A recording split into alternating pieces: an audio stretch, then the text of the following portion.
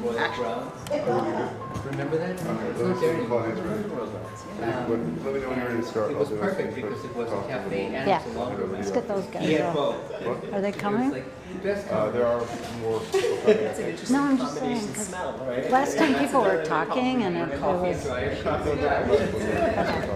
okay. When I lived in New York, the last place, I mean, I went back. I'm going to get started. Oh, sorry. This conversation. I'm super grateful for y'all to be in this kind of. Thank you so much. Okay. Hello. Yes. Thank you so much. It's wonderful to be here at Solarpunkification. We are here in thinking about community catastrophic wildfire resilience and catastrophic wildfire prevention. I'm Bobby Fishkin, and then we're going to have also part of this convened by our co-leader globally of our catastrophic wildfire consortium, Claudia Brenner. And I'm just going to share a few words here before that about what we're up to and what our journey has been in that. And then I look forward to the rest of our context together. So I had the experience of wildfire smoke reach me a few years ago and got bronchitis. This is nearly 10 years ago now at the time. And I became aware of the risk then. And I also had been looking at how do we prevent harm in the future, because the insurance industry transfers risk. And there's this whole ecosystem of finance to move risk around the world, but if we don't prevent risk, then we're engaging in a moral hazard. And so how do we as communities acknowledge our risk? How do we identify with it? We went on a journey where we partnered with a group of Oxford University graduate students who interviewed the insurance industry about how do we change the insurance industry from risk transfer to risk prevention. And they all acknowledged the Eleanor Ostrom frame, that tragedies of the commons are preventable under certain circumstances, and that we can be anticipatory stewards of the future in that way. But the challenge of getting all of our air basins and water basins and fire basins in which these absorb tremendous harm in the future for us, if we don't protect them, we absorb tremendous harm in the future from not protecting ourselves from a toxic air basin. And so how do we get that to happen? We have done some research on that around this idea that we have large companies can potentially take their own harm and acknowledge their own harm and acknowledge their anchor stakeholders in community, and acknowledge that they can prevent harm in community more efficiently than they can prevent harm alone in isolation. And so that interbeing, Ubuntu, the I am because we are, fractalized to the question of when large institutions can realize that they are sponges for all the negative externalities of how they are at risk if we don't get ahead of the problem and work towards prevention. So we've been on a journey to research the prevention layers, from nature-based solutions to technologies to ways in which we can reduce future risk. That is effectively making new right relationships with our future selves, and future selves being represented by our current selves, and using tools like value transfer theory to understand where outcomes have been valued elsewhere, and shadow pricing to understand where institutions can internalize something before it's been financialized, and many other tools.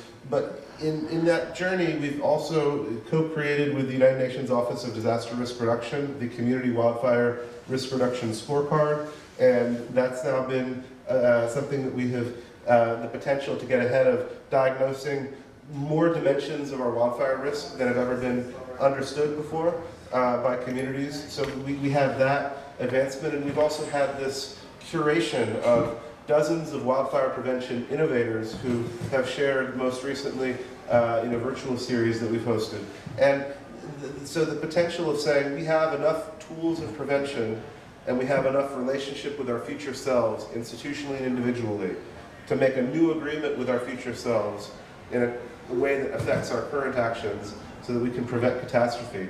means that we can one day have a ratio of how many beavers do we need to relocate to prevent X number of heart attacks, and how many goats do we need to relocate to prevent X number of strokes, and how many gaps that we have of early detection and home hardening and innumerable other dimensions that Claudia will be alluding to more of, but that we have so many dimensions of prevention opportunity and so many dimensions of interdependence between the present and the future, that we should be able to reach a new alignment. So with that, I'm going to hand over to our co-CEO of Wildfire Prevention and a friend, Claudia Brenner. I'm very grateful to be stewarding our community of wildfire prevention with you.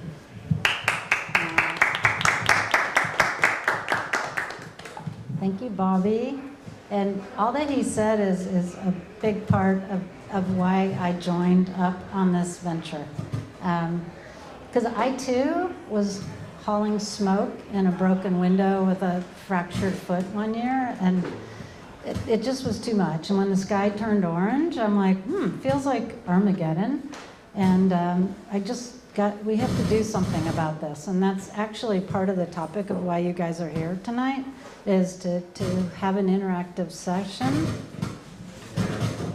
See, just try to adjust and see if it adjusts the crackle. Yeah. Only like Just be more down.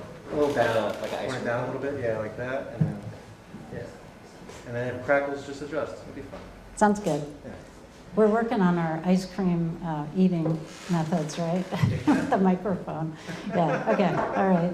This is good, right? Okay. Sound great. Yeah, awesome.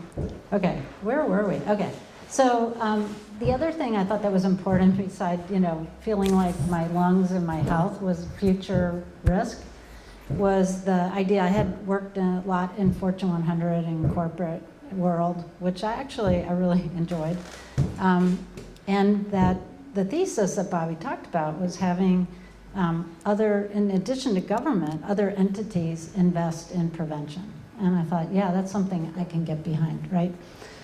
So tonight, if you guys are up for this, I want to experiment in a multiple set of ways. One is we have some new material that hasn't been seen almost by anybody. So I have a new video. And then I have a couple of web pages that are coming out. And so if you don't mind, I'll take you on a tour of what we're doing at the Catastrophic Wildfire Prevention Consortium. So CWPC for short, right? I know it's a long name. We're gonna get another one. But anyways, so that's where we are. So are you guys up for new stuff? And okay. So we're not looking at polish tonight. We're looking at hearing what's going on. And the other thing I think that would be fun is that the next part is we came for what is the future of prevention, right, with LA. So we'll talk more about that. But behind me is a boat, and it's supposed to be a speedboat, but we'll do an interactive exercise. We want to get your brainstorming on that. Does that sound good? So I want to spend more of the time interacting with all of you. And I even think we have some maps that Patrick wants to share too, as a context for where we are in the area. Anything else? That sounds good? Okay, cool. So this video, it hasn't been seen by almost anybody. And well, let's just start with that and see what happens. Does that sound good? Okay.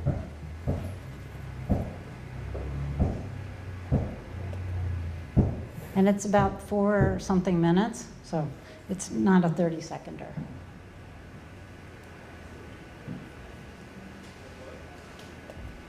And it's not quite 100% done. Is the sound coming? We haven't started playback yet. Oh.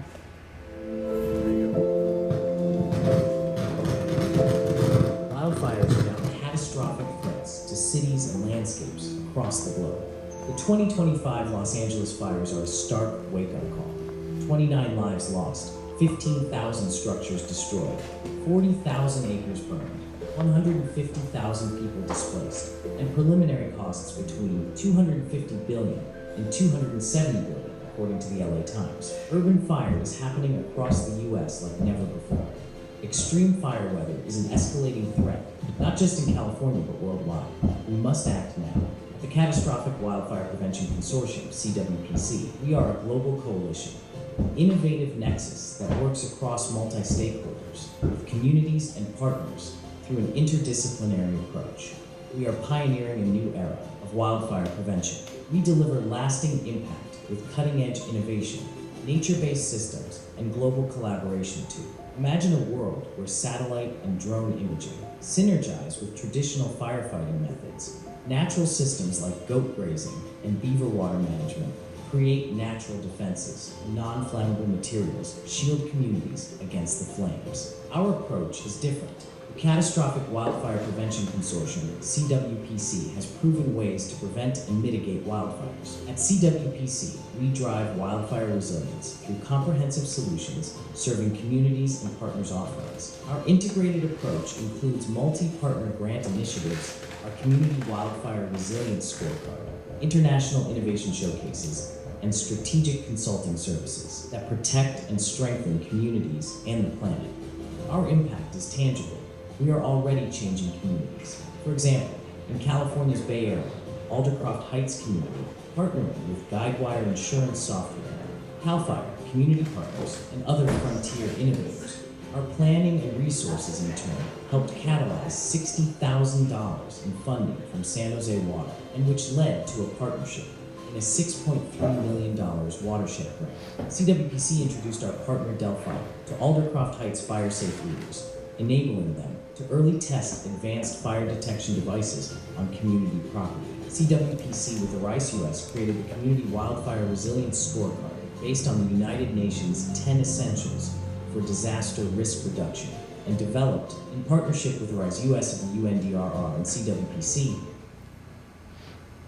to help communities assess wildfire risks through a comprehensive set of questions. It enables an initial assessment, identifies risks, and contributes to the creation of targeted strategic action plans, promoting unified actions.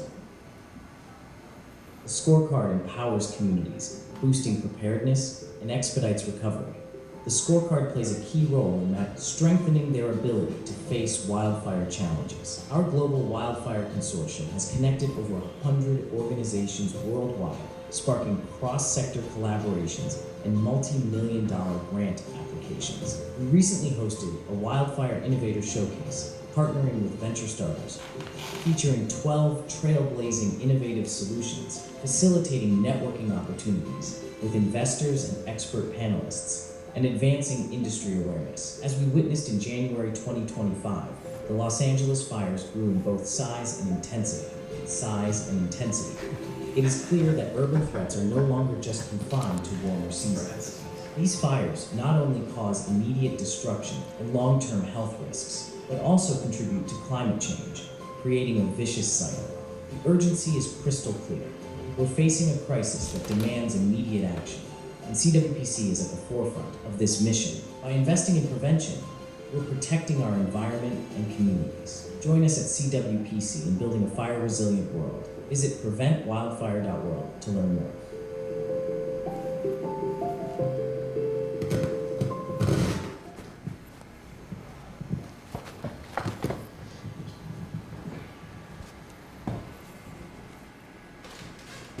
What do you guys think?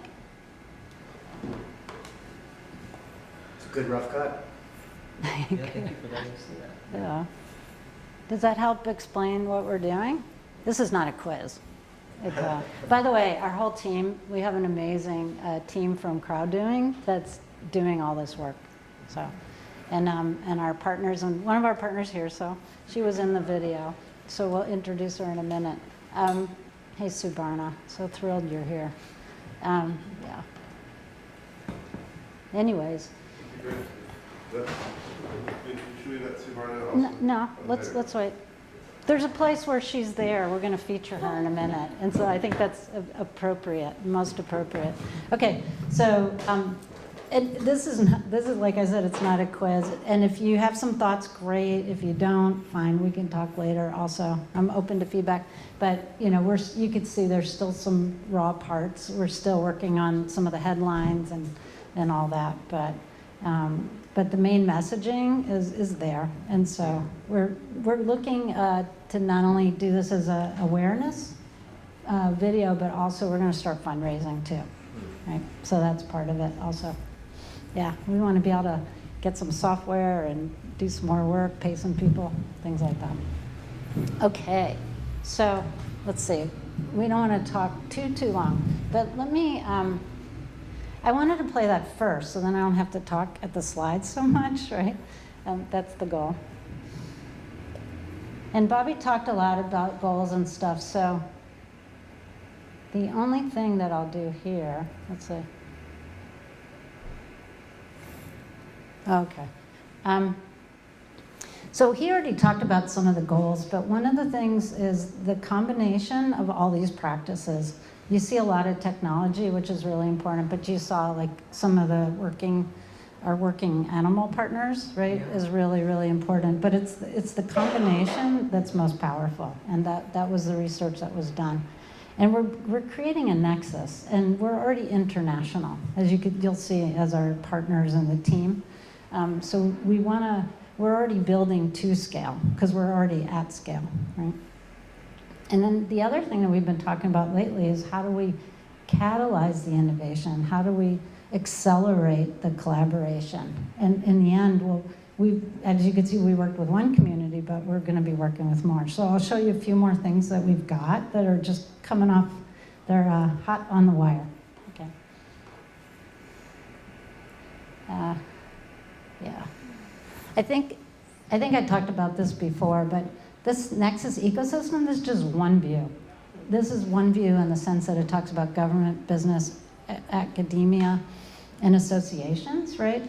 But everything we're doing is around community and the partners and all the people, whether it's investors or innovators. Everyone is so important. So the collaboration is huge, and we have to remember that we sit within our home, the earth, right? There's nothing that we don't do that doesn't affect that. So you can carve this up in a lot of ways. So I'm gonna look at, we have this International Partner Consortium and our showcase events, and a little bit of scorecard, and a new sponsor program. So let me get out of the slides. I'm gonna show you just a couple things. So I think you already saw this map, but it's actually interactive. And this is only some of the people that we're interacting with and we're looking at, right? It's pretty huge. All right, so here we go. So this is not finished either, but very close. So this is going to be our page about the actual showcases that have already happened. And it just got produced this week. And Subarna is right there. We'll talk about her in a minute. I'm going to show where she is on this here. So we have about the showcase, and we're in partnership with Venture Starters, which has been amazing because they've done over 10,000 attendees in the last 2 years. But they have, every week, they have pitch events where they pitch for free. And that's part of their service to the world. And we've been really fortunate enough, Bobby and I, to partner with them, with Mark and Norma, November. Anyways, so our most recent, so we have November and we have October and February 5th. And since Subarna's here, I'll take you down. What we have is each of the presenters. So here she is, and here's her video and her presentation. And the reason we have all the presentation slides is because she made a comment that we should do that, and I thought, yeah, we should, okay? I'm so happy, thank you so much. Yeah. And anyways, we can play, but why don't I take a moment and before, one sec, is that I'll also show you the group that actually partners on that, so I have a page for that. But yeah, why don't you go ahead and tell us who you are, and she's a perfect example of one of our partners who came tonight.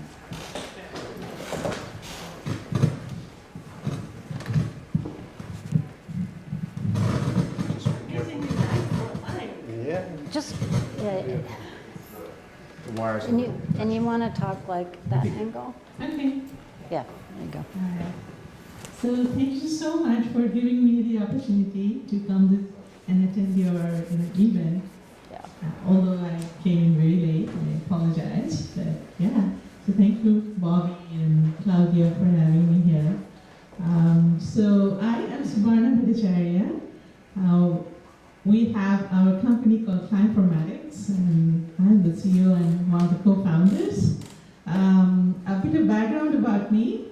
I am into climate modeling and climate data science and risk modeling. We used to be at Lawrence Livermore National Lab with the climate modeling group, the IPCC Working Group 1.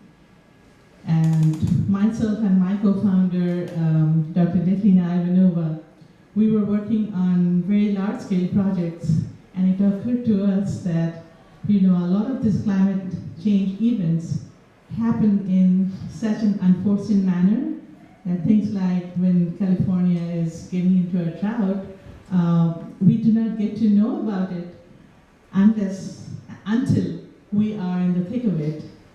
And so that's what started our initial thinking, that are we able to do things in such a way that we take the climate modeling technology to the next level, where we can build actionable scenarios where people can take proactive actions. That way we are not surprised by the extreme events when they come, and we are prepared. And if we are prepared, then our losses from the disasters are much less. We can save lives, we can save properties, and large-scale economic losses. So with that, we started Climaformatics, and one of the areas that actually we work on and are actively progressing with our work is the fire weather prediction tool. So we have several dashboards as products, and one of them is fire weather prediction dashboard, data dashboard. What it does, it actually predicts the location and the time that you're likely going to get a fire weather. And imagine if you know that well in advance. Imagine you were in Lahaina and you knew that a hurricane was on the way over the island of Maui, and given the dry conditions, the fire weather conditions, it can strike a fire. We could have alerted the authorities, the utilities, the cities, the counties, to take proactive action. And so that may have lowered the amount of losses, damage, and the catastrophe that unfolded. So that is what our products can help you do. And we actually tested this for the recent Los Angeles Palisades fire. We have done those validations. We have validated this over the smokehouse fire in Texas, and we are actively working with utilities, CAL FIRE, and we are awarded by the Energy Commission, California Energy Commission's CalSeed program. We have received the CalSeed Concept and the Prototype Building Award, as well as a few of the DOE awards. Great. So yeah, thank you. Thank you. Yeah, it's amazing. Thank you so much, Savarna. This is such an example of what's possible. To be able to look out into climate and to do better predictions, right? It's huge. And so our innovation showcase, Subarna's been coming to our meetings off and on for some time. It's the first time we've met in person. I feel like I already know her. But in our innovation showcase, we have a mixed selection of different innovators. They could be like early stage seed, all the way up to, we had some B funding kind of companies, and just a myriad of stuff. So we have our next one on February 23rd, and that's going to be during Climate Week. So I don't know, Bobby February? and did I say February? Yeah. Yeah, April. It's the air in here, thank you. April 23rd. Oh, okay, I'm glad this is on tape. Okay, so so if anybody's listening, we are going to be taking more applications, and we'll probably have around 8 innovators present, and we might do a big show. We're thinking about doing some more kind of action, and we've already been inviting investors in, and so we're really looking to catalyze everything, right? Okay, so we won't take too much longer, but I wanted to show you, let's see, the partners that we have. So we have an amazing set of people. Like we have a couple of guys who have, been fire chief, San Bernardino, another guy who flies in helicopters and does the line of fire, another guy who's in Germany, who's, I think he's been a hotshot, and he's working a lot with European Union and all that, so he's our European person. And we have David here who worked at NASA and built the Wildfire program. Other people here like Aaron who does regenerative agriculture practices and more. He does a lot. We have Elio from Brazil and Jennifer in Alaska. Anyways, I won't go through everyone, Catherine. But Tammy in insurance, and so there's just a slew of goodness, of wisdom that we have. And this is just part of our group, right? Speaking of Climate Week, Yangbo Du was interested in talking to anyone who wants to do an event during SF Climate Week. Just shout out Yangbo. Yeah. Yeah, actually, and he was the guy that thought we should do an in-person event, so it's his fault, I would say. Yeah, thank you. Thanks to Yangbo. Okay, we're almost there. We also have a sponsor program that's rolling out. So for corporate sponsors, and they can, sponsor, we have the Innovation Showcase, but we also, as you could see, we do community work. And we're gonna be rolling out the new scorecard. It's same questions, but an easier format to use. And we really wanna start working with a lot of communities. And so, as you could also see in there in Aldercroft, we had one partner, because he got to meet the community, he was able to early test his product. I mean, you should have seen the product the day that he showed it, and now what it's looking like. It's pretty exciting. He's got two of his early detection systems in Aldercroft, although one got, I think, damaged. I hope I'm giving the right information, but you need to know that, right? You need to know that you need to build that up. And so our program here is new, and we're really open to feedback on that, and we'll be heading out. But I think there's an opportunity with a sponsor program to be able to even customize those programs into the communities. So looking forward to that. One other thing, so this is the scorecard. It's an Excel spreadsheet, and we're looking to build that into an app and all that good stuff. But we want to, we'll take it into the communities, and so it's a real thing. It's also going to be PDF, so you don't have to be very technical to use it. Let's see. I think I'm about there for tonight. What we want to do is really spend more time talking to you. Oh, that was a good one. And then this is actually in the gallery here. We took this poster, so this was Peter Williams, who does scorecard. This stuff is on the left, the systems of systems, and then information about the scorecard in the middle, and then work we did with Tammy Schwartz and our whole team and the leaders of Aldercroft Heights. Do you have this poster somewhere where you can see? Right there, it's a little one, but Oh, okay. yeah. All right. And- I'm going to take a picture. Yeah, and I have it in PDF also. Oh, okay. Yeah. So anyways, we showed this at the AGU conference in Washington, D.C. in the Agriculture Center. So, all right, so you guys, what I would love to do is we really wanted to talk about the future of wildfires, and I see the band's coming in. But, so, and I mean, I don't want to be in the way of the music, but I got here, I guess I go this way. Sorry, can't walk. It's a boat, okay? And so the idea was, even if we take like 10 minutes, right? I thought three things that we could do is one, what are the questions in your mind about the future of wildfire? Like what should we be thinking about? And we have markers, so I want you guys to come write. And we also have some sticky Post-its. So we also have some markers, and you can just stick things on there. And I'm not stuck on like the three sections, but I had three ideas. So what are the questions that you have? And what do you think the challenges are? Like think about the back of the boat, the things that anchor us into the past. Like the objectives and things that we want to get over. And then you see the stars over there? Like that's all solar pump, right? What is the future? And how do we're bringing the future into now. What do we do with LA? How do we make LA a role model, for not having to ever have this kind of catastrophe again? homes that don't burn, homes in locations that are safer. Or if they're in a dangerous location, what is the best that we can do to mitigate it? And how can they be more resilient, right?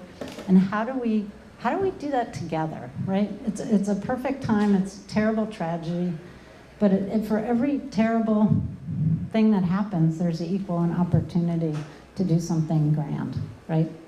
So anyways, so I think all the ideas that people have, and if you don't like the order of that, put it wherever you want, okay?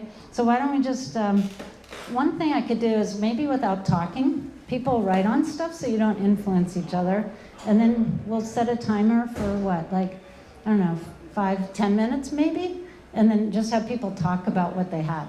Does that sound good?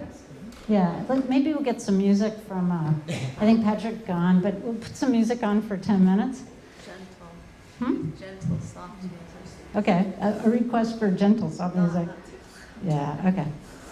It just helps for brainstorming. Does that sound good? Because I'd love to hear what's on your minds. It's not a Jeopardy. No chat GPT. No, that's a Jeopardy theme. Jeopardy, you remember the theme? Dun, dun, dun, dun, Not the dun. stressful music that makes us stop Very thinking. stressful. Yeah. Well, think about pink flamingos, and that will make you happier. I think flamingos are an excellent way to brainstorm. Right? Yeah. Okay. What are we writing now? Yeah. Might have some. Where's Bob? Hey, Bobby, do you guys have, I can't, do you guys have the markers? I don't know where Patrick knows where everything is.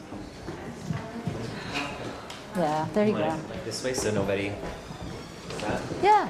Yeah. No, So we you don't can. bias each other. You mean? Like. Oh, Yeah. no, you can turn around. Oh, okay, cool. But just, we're not going to talk about it until we talk about it. Yeah, okay. Hey, Patrick, do we have any markers? And, yeah, but there's a whole, whatever. And you guys, so if people want to just write on the board, these are the markers. So you guys, if you want to just write on the board, go for it. If you want to draw, actually drawing is highly encouraged. As you can see, I'm biased. So drawing is highly encouraged and all ideas are good. Yeah, we use the IDEO method for that. Hey, Patrick, can we do music for a few minutes? Or if not, it's cool. Who wants a marker for the board? Oh, then hang on, we'll get to that. Regular markers for the cards.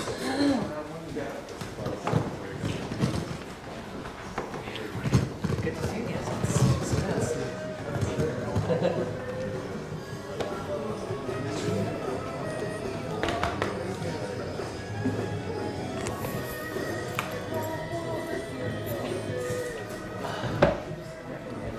Hey. Anyone want to write on the board?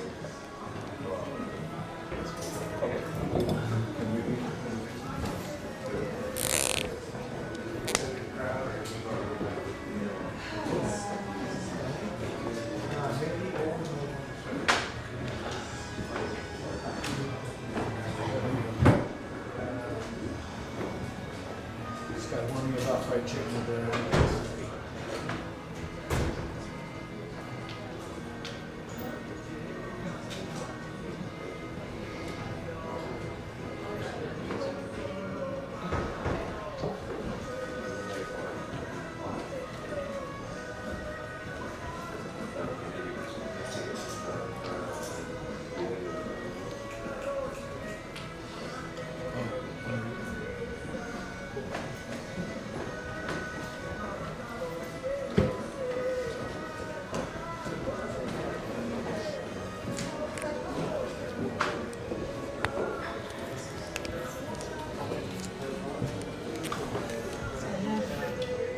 Why don't you, yeah, just go ahead, put wherever you want. I should do some too. I could go on writing all. No, this is in general, and if you want to do LA, that's fine. But it's all, it's, yeah. Like questions you have for your own, where you live, like if you live in Santa Rosa, I'd be concerned. People live out there? Yeah. They've already had urban fire, Oh, yeah, sure. right? My neighbor friend said that you told them they should not build in that area where they built. I know everybody out there. I know everybody out there on the Sebastopol side, or all my best friends, that old school hippie guy, he was like trying to coach people on what to do with the roofs. No one listened to him, so it's like. Well, the native guy in this area is traditionally burned, usually be building here. Where? No way. Not area burned. It's not a lot of Zapotec, Oaxaca, and like, it's whatever. So sorry. Oh, it's okay. We're just glad you're here. Wow, that's insane. Wow, I didn't know that.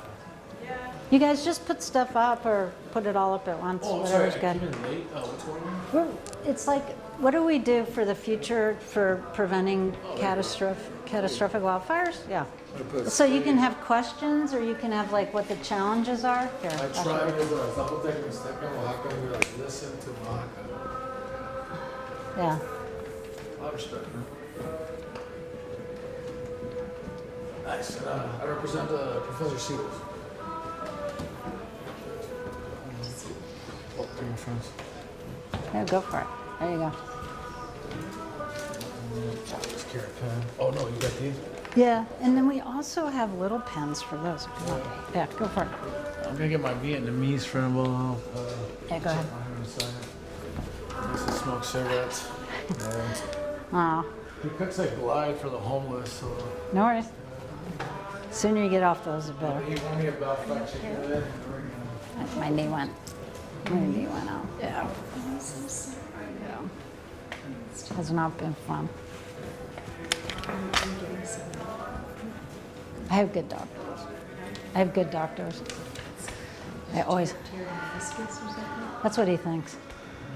You actually did? He doesn't know. I'm going to MRI on Monday. Did it hurt when you touched the knee? Yeah. It's like 8-9 pain. I mean, right now I'm fine, but like when it hurts, it's not good. It's Trump's fault. He instigated. What do you think? Yeah, those people.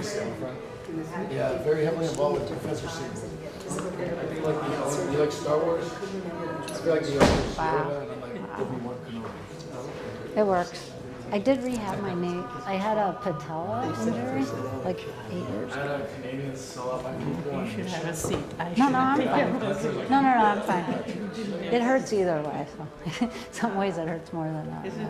Yeah, true. Did you get hurt while standing or while sitting? Well, Hockey game. yeah, it's good to see. Here, let me get out of the. Hope you recover soon. Oh, I will. Oh, you will, I'm sure. I've rehabbed a lot. So it's very vicious territory for me. But they have hockey in Mexico? No, but think about it this way. Oh, that's good. No, but all my cousins have been cooks in Ooh, Canada. these are A cool. lot of family has already spread out, so I have friends This is from fun, El right? Salvador's like, We should do this in our meetings. $100. Yeah. Damn. Yeah, so he used to live in Montreal back in the day, so we would always talk Canadian culture. I'm a Seattle guy, so we have issues with Canadian. So Seahawks. I spent a lot of time in Latin America and I've never seen hockey. No, think about it this year now with the internet and ESPN, now it's evolving. So they all have like, I have cousins and family in Acapulco, Mexico. And they care. I know, so one of them's Canadian citizen, so her grandfather's like, you love hockey, and you can come visit me whenever you want, period. And you literally see like some of our family members like have like a hockey jersey like this. I don't know them, because we love soccer. You know, it's naturally soccer, maybe. I mean, lacrosse is like Native American. Oh, Mexico doesn't care about that. Like they don't, because like a lot of my people are actually natives, so we don't care. We don't have the same ideologies as Native Americans. Yeah. No, but over there it's more family tradition. So their grandfather now, it's technically their grandfather, loves hockey because of his great grandfather, and he's got to do it. And they're Canadian citizens. So that, you mentioned Canada, that makes sense. Well, there was this old school Canadian guy that left some oppression over there, and he went to Acapulco. I was in a political war against the Greek, so my family's with the government and all that stuff. And it was very intense. I met this one lady who's darker than me, native from Acapulco. She told me like, no, but like you're more deeper than me. You're more hot dog. I'm like, yeah, I mean that's purebred. He's like, I'm not. It's like literally my father. He's literally from Canada, and I could tell by the eyes. Amazing human being too. Taught me everything. She taught me about kombucha before everything. I learned about kombucha very long time. We call it tepache. Yeah, exactly. It's disgusting. She loved Coca-Cola too much. That was her divine. Well, we were in a political war with Cree, and they stole the Okay. election. So our last hurrah was Wrap up in a we had to minute. stake Okay. out the voting place for like overnight. And it was me visiting my uncle. I didn't have no idea. I just go on like a beach ball, and he goes, "Let's come with me, so we stay with that." Okay.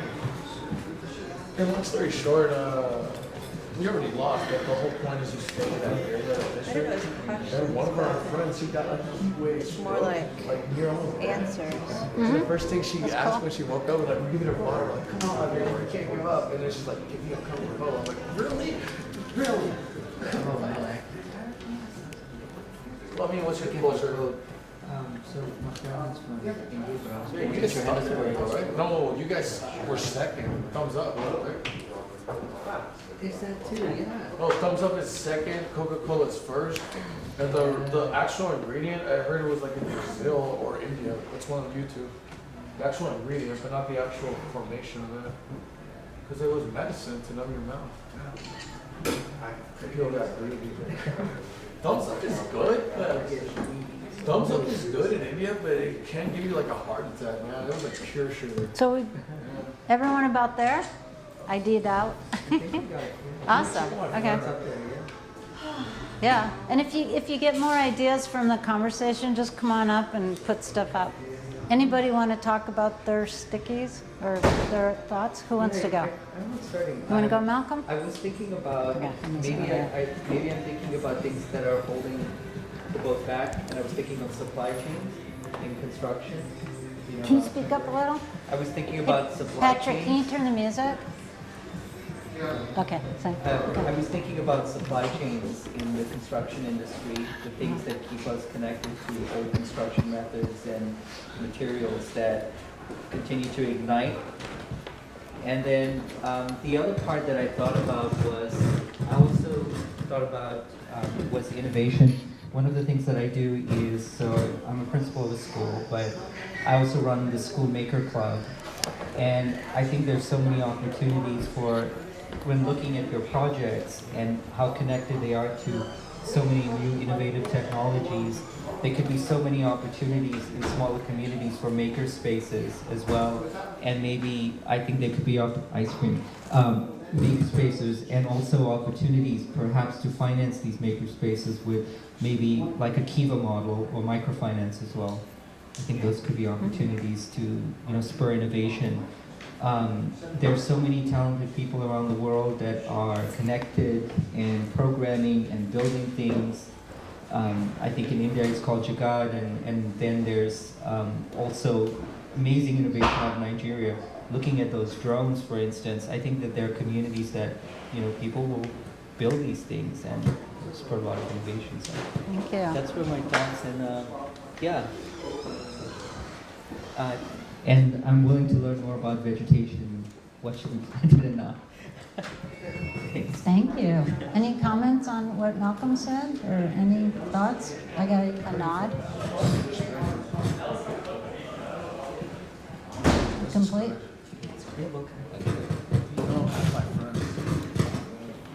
Yeah, no, I think everything you just said, it's spot on because it's very actionable. Being able to have something that you can do almost any community, and I think that's where education starts. Having a makers type space where people don't just talk about stuff, but they actually put it into practice, they tinker, they work in a small scale, and surprisingly when things do work in a small scale, they can ripple up into much, much larger solutions. And that's what nature teaches us every day, by the way. Yeah, respect. Yeah. So, yeah, I don't know if anybody else had any, if you were Anyone else? asking any. Anyone else want to comment? No. Actually, I think that's true. One of the things I got working in Aldercroft was always being in the shoes of the people and the land that you're serving, right? And when you walk that land, you can see why these things keep them up at night, If you don't have an exit route and you know that the fire's in your backyard, that's scary, right? But the benefit is that they get to work together now, you know, unfortunately, but it's And I powerful. love the idea. I love the idea of it coming from the community, and I think that there can be so many sort of trust building measures when people are innovating and tinkering, using what's within their environment, but getting the support that they need as well. I think the buy-in can be so important as well. Yeah. I think that guy's car was against you. The thing that brings to mind too, I didn't put it on a card, but there's so many people that have been impacted already by fire disaster, and to not forget them, that they are stewards now. They are living beacons for what it is to go through this. The people who've lost their homes, who've lost their community, who've been impacted, let's find a way to lift them up and make them stewards and parts of this, because they bring so much going through it. They're forever changed. I know this personally. I have a very dear friend of mine, John Picard, who's a huge sustainability advocate, and he greened the White House. He helped start the Green Building Council. He did all of these incredible things, and he was there in Lahaina, and his home burned. And I was on the phone with him when he was escaping with his family. Luckily, he had four-wheel drive and a F-150, and I have the videos watching this escape. And it was terrifying because he's there with his kids. His daughter is like 13, 14 years old. His sons were 18 years old and a little bit older. And the fear, they got split up even. They go through this whole thing. You kind of go through this madness, and it wasn't fire. It was like a tornado. I couldn't believe what I was seeing. You had explained that there was this hurricane. So you can imagine they're hurricane-type winds, light poles falling all around you.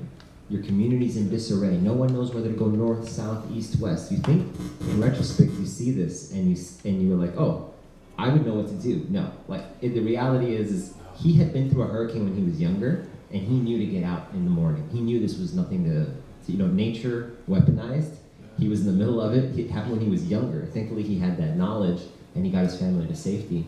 But a lot of his neighbors weren't so lucky, and it breaks your heart. But this is probably what you're hearing more and more. But that's what I would say is your point on the maker space. Let's somehow find a way to connect some of the people who've been through this. They earn our. I think they earn the stage and the microphone for some of those. I like to represent the more aggressive, which beautiful on that part. I like to represent the more aggressive side to things because I used to work at Cole Hardware, and it mind boggled me that there's certain elders. I'm a North Beach guy, so North Beach is an aggressive neighborhood. And long story short, it's we used to. A great example is the rain. So out here, they don't prepare every year for the flooding in their apartments. And we literally have one veteran that's not there anymore. He's literally telling you how you can save money, and they would not listen to him. So these people just want to keep spending thousands of dollars. And now he's gone, so now it's actually going to cost them thousands and thousands. We were just talking about Santa Rosa earlier. I have a good buddy over by Sebastopol, Hopmont Tavern. Great friend of mine, man. We watch baseball. He always goes to every neighbor, you need to do this to your roof. And it's a quick, sprinkler system, and they don't listen to him. And that's it. And it's then what do I have to feel sorry for that somebody's family is leaving, or the ignorance? That's it. It is what it is. So just adding your point, man. Beautiful point. You too, my friend. Yeah. That's the challenge. They don't listen. And that's the thing. And my thing is, working at Cole Hardware, I used to hook everybody up. All of life's problems with your house is literally $80. Yeah, and everyone wants to spend $3,000. There you go, my friends.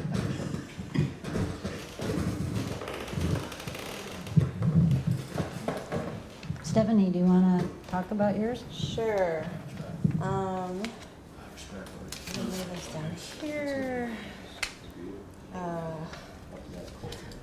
All right, so I guess mine are focused around the unspoken part about fires, because I know you guys will all talk about green buildings and other things, but one of the things that I feel very strongly about is improving soil retention of water so that the water table can be sustainable, because the areas that burn often don't have a strong water table, and there's too many people in these areas to even support it. And so if you don't have enough water in the land, you can do anything that you want with the building, but you're still not going to have, you have basically a desert and it's going to burn. So I feel really strongly about that.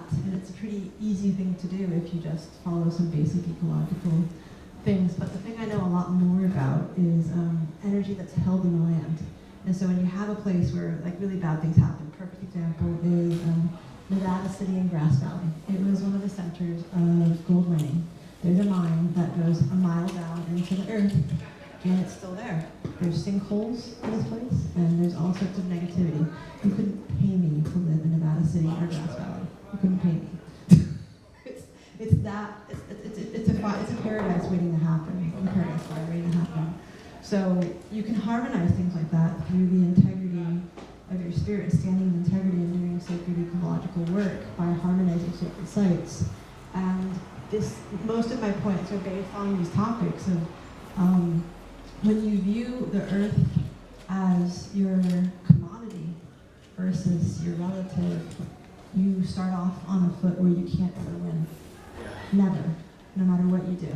And so if you start to view the earth as your relative, your mother, your cousin, all of these sacred parts of yourself, so when you're taking and extracting from the earth in such a way, you can't possibly ever be not in debt. Yeah. And that's what causes fire, and that's the part that no one ever talks about, is that there's a debt that is, there's an intelligence of why fire comes and where it comes. And then the other part is listening to indigenous voices on where to build and where not to build. And control burns, not with Western people, with indigenous people. Respect the people who've caretaken the land forever. So caretaking the earth, viewing the earth as your relative, controlled burns, and not trying to colonize with your perspectives. Like, I have a right to build here. I own this land. This is my land. No, this land is stolen, and you have a deed to it. But when you view it as something to take, you're not in a reciprocal relationship with your own property. So. Can we add to this one, just a two-center? The one thing I'm really grateful on, like, the whole Western thing, Neil Tyson Degrassi, or whatever his name is, the scientist, he's kind of like my enemy, because I'm from Oaxaca. So we have 100% clean water, so we don't trust naturally Westerners. Like, you can't get human sacrifice. Long story short, the Hawaiian people told them, don't put your little telescope on this one volcano thing, and they won. And it's just like, I was just like, how many times do Westerners want to look up at the star? It's a free show, right? So that's my 2 cents. So hey, a little bit to the Hawaiians. Oaxaca's amazing. They were totally trying to take that thing down. And Yeah, it's crazy, man. And Joe Rogan people was backing it up. I'm like, wow. Yeah, actually Oaxaca, I've been there. It's gorgeous. Yeah, it's beautiful. Okay, anyone else want to talk about I can theirs? speak on some of the cards that you did touch on. Number one is I don't think we're anywhere even close to collecting enough data. I think we are, even from our satellite sensing, from all of the work we're doing on the ground right now, commend you for all of this and supporting the work, because it's in its infancy. We need it, because this is, at least the world we're living in, this generation right now, we're just starting to see what nature can weaponize. Fire is just the first part of this. And that's the most terrifying part, I think, that we're living in right now, is that we're getting just a glimpse of the force of what's to come. Oh, yeah. So This is the beginning. The other part here that I want to speak to, I mean, developers love building. The fact that I just saw that video and I just thought to myself, how many construction and development companies are like, hey, I can rebuild this home, I can rebuild this community, we'll bounce back. And that's another thing too that we don't speak of enough, that there is an economic, sadly, there is an economic incentive for people to do nothing, because they're going to come and pick up the pieces. How many developers have now moved to LA and brought their stuff with them and saying, I can help you rebuild, you know? So that comes to mind. Some of the anchors, money, power, fear. We live alongside all these things all the time, and that's constantly anchoring down. That's why I love this little boat. And it's true, there are these forces, there are these currents that maybe you don't see them, but they're making it a little harder for the boat to continue along. We're not engaging youth enough that's why I love what you said, because just having a maker space. I was a youth that tinkered. I would take apart a computer or a printer and connect the pieces, if they didn't fit. We need more of that. It's so important. You guys gotta take advantage of the SFPL right now, because they're funding like skateboarders right now. Wow. Yeah, so. Yeah. And then I really believe nature is our first warning system. So the work that you're doing, we need to keep supporting it. It's screaming to us. The indigenous people hear it. We don't listen to our indigenous people. So what you're saying is completely true. But nature's our first warning system, and the way we can tap into that, I know it's possible. We have the tools now. We didn't have the tools before. They're available to us. We need to listen, and I think we can. I also used to work at Shazam. I was one of the first designers there. So we need. I said this even when we had the meeting at Fort Mason, Bobby. We need a Shazam for nature. Not conceptually, we actually need a Shazam for nature. I bet you before these fires happen, weeks and months before, nature is telling us, and we need to pick up on those signals. That's really all it is. We need a simple way to be able to tap in to that soundscape. It's screaming to us, and it's saying right now. You must feel it too. Like when we had the Paradise fires, the wind in San Francisco was so strong, and then you smelled the fire within 10 minutes. All the way up north, a fire happened, and within 10 minutes I could smell it here in San Francisco.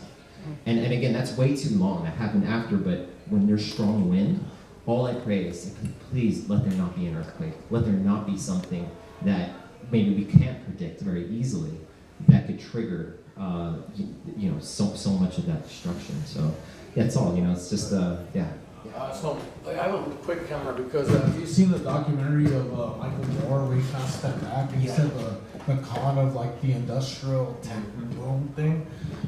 Adding to her point, if you do not listen to like the indigenous sound, there are studies where like you put that technology into that thing and you technically created the fire. You created the fire. Yeah. So like, here's a great dark thing that I represent. I love COVID, I really do. Oaxaca was this close to being in danger with a new airline from the OC. They were about to I call it global gentrification. They were this close, and we have 100% clean water that we have to protect from the Westerners. So if you come to Oaxaca and you barter, you have to get, I'm sorry, my friend, like family members will literally defend the tribe. And the one thing we always try to make clear is like we can't have no technological influence in that area. Because 100% clean water, 100% clean fruit. So if somebody from the OC comes and they build a condo, that condo's gotta go, because that does mess with the already ecosystem. Coca-Cola or something like that. that. No, I give you that one. And then we always fear of Coca-Cola. So COVID happened and that airline shut down, all these people died, and I hate to say it, we had the 0% of COVID around the world, and we're like this, sorry guys, you guys did not listen. And that's, I'm from LA, so I have a love, hatred. Like, I know so many people in LA, so that broke my heart, especially as a comedian. But at the same time, they did it to themselves because they're not listening to like the way they drive certain cars. And fast food industry is like heavy there. So they're having you in a car, so they did it to themselves. So how sad do I need to feel, And we call them Chicanos because they always discriminate against us. Yeah, so just adding to her point. No, respect. No, I respectfully, but Coca-Cola is the big one, man, that we gotta avoid that one. So yeah, a little 2 cents. My family is from Colombia, and one of the I was blessed. My wife did a lot of research in a few communities there. We went to one national park called Chingaza. Chingaza is a national park that when you go to enter it, you have to go through 3 different military stations just to get there, because it's protecting the most precious resource that Colombia has, and it's water. It is the most amazing ground and sacred ground you can walk on, because once you step foot in Chingaza, the water is running underneath your feet. If you stop for a moment, you feel like you're standing inside of a waterfall, but it's all around you. And it broke my heart. Literally just last summer, went back. You didn't hear that sound anymore. The water is changing. It's telling us that something is drastically off. And if you look into it, Bogota, a lot of the cities in Colombia, they've had to go through water restrictions. And I found it amazing. I was like, here's a place that I thought would never run out of water. And in just a a blip of time in terms of going back. It's giving us this warning. So I hear your point 100%. It's sacred. The counter Yeah. is that Colombia is colonizers, so Oh, yeah. they're not They're indigenous. not. They have Yeah. Salvadoranians and Colombians. They have like the lowest form of indigenous. Mm. They're just all Spanish slave traders. It's And then I hate to say it, when my friends in Colombia who are actually from the indigenous tribe, we're just waiting. Yeah. I respect it. I have something to say about why that's happening in Colombia. So basically, when you don't nurture the highlands with the water, because the water, there's a connection between the ocean to the highlands, and from the highlands down to the ocean. When you don't honor those sites and you don't run the energy between those sites, then you get drought. And so there's an energetic reason, and then there's also the ecological reason. And there's a great movie about the tribe that I'm working with called Aluna, and it talks about how these systems are connected. And it all begins with sacred reciprocity, which is actually scientific as well, because there's all these scientists that talk about this importance.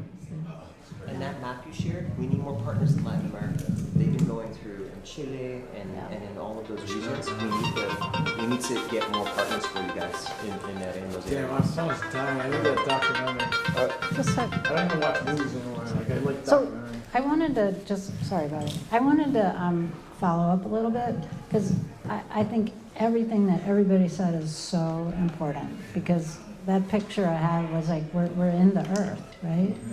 And it's our home. And at the same time, we're in a system. We're in a system of systems, right? So for every force, there's an equal opposite force. So someone pointed out to me, a guy that I work with at Guidewire, and he's worked for the U.S. Forest Service, and he's like, nature can be really cruel. And I was like, And so it kind of caused me a little pause, because, I love plants and trees now more than I did as a kid. And the other thing is, having worked in tech my whole career, right? We didn't have vaccines, or you couldn't get heart surgery, or you couldn't, people have mixed feelings about planes, but I've been able to go to parts of the world. So how do we take the goodness of each of these things? Like, how do we take the goodness of the tech, the goodness of the money, like where money's a positive currency, right?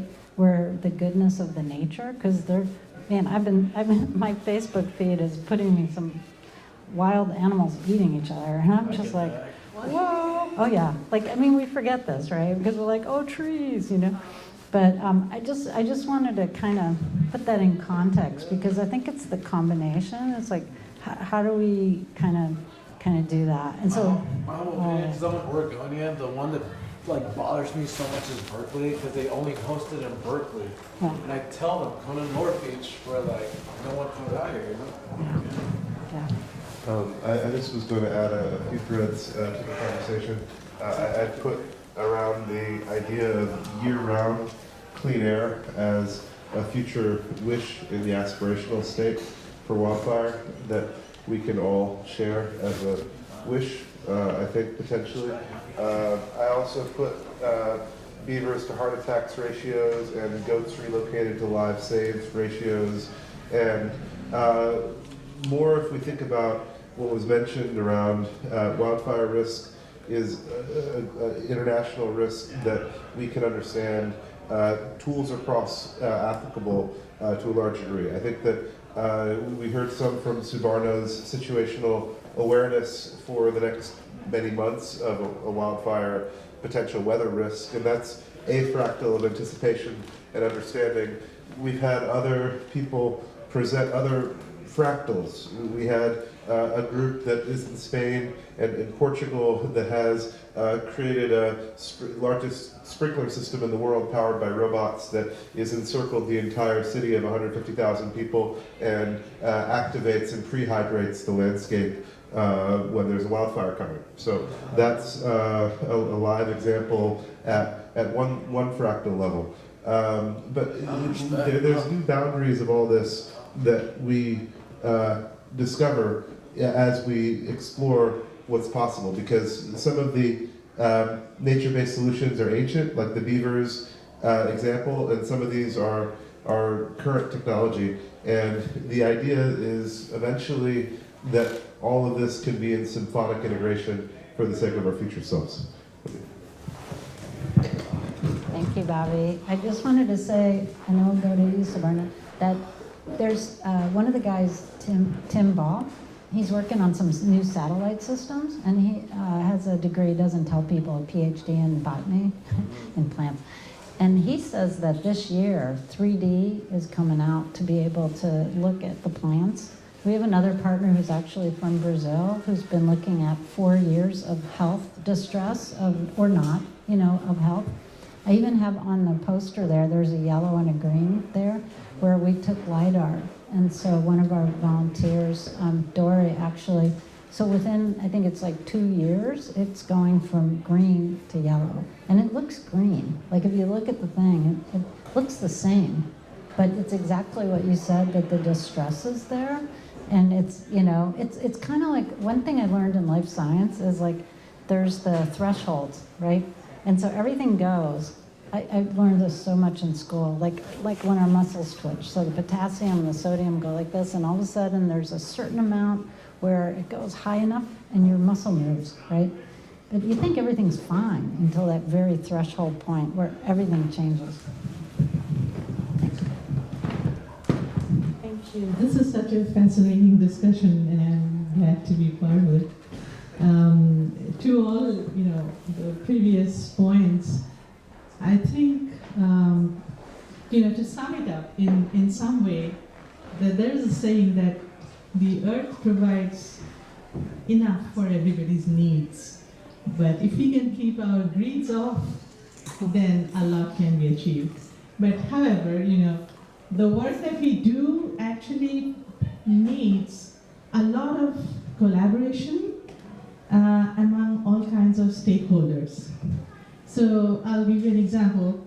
When we are saying that, okay, here's the warning system, you can get into a fire weather, and any kind of accidental, ignition of that is going to scale up to a large-scale fire, right?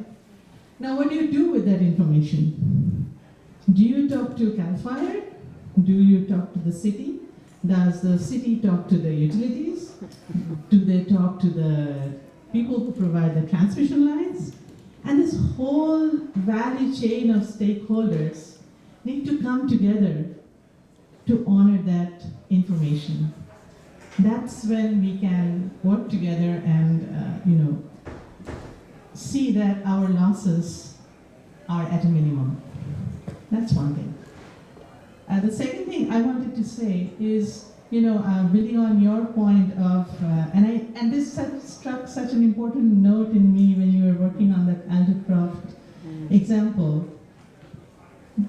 That particular area had only one access road, and that area was inhabited by elderly people, almost vulnerable, communities, and there was no escape route.